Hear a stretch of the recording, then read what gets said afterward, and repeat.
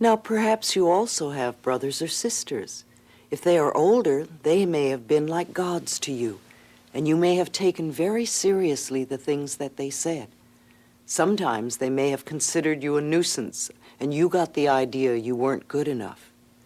Teachers often say things that shape our lives.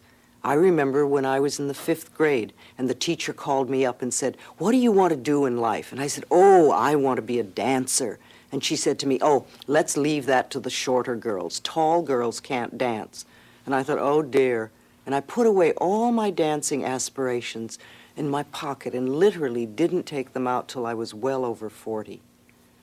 School also creates so many interesting beliefs. For instance, if we think about tests and grades, were you really aware as a child that the tests you took and the grades you were getting had nothing to do with your self-worth? That they were showing you only how much you knew about a particular subject, and that's all. And most of us go through life reacting to the fear that we had as children when we had to take a test. We thought it had to do with whether we were good enough or not.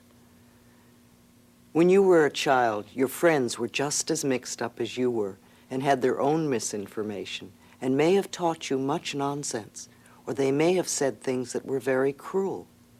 You had neighbors. What did the neighbors say? What did they think?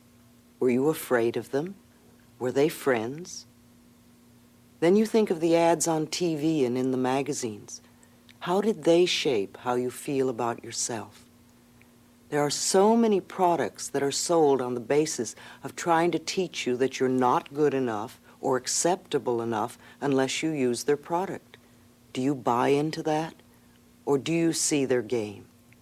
See, our old messages of limitations come from many places, and it always comes down to, where did we get the messages that we're not good enough? And then, of course, the next thing is how to transcend our limitations, no matter what they told us. See, it doesn't matter what other people say about us. It's how we react to it and what we're choosing to believe about ourselves.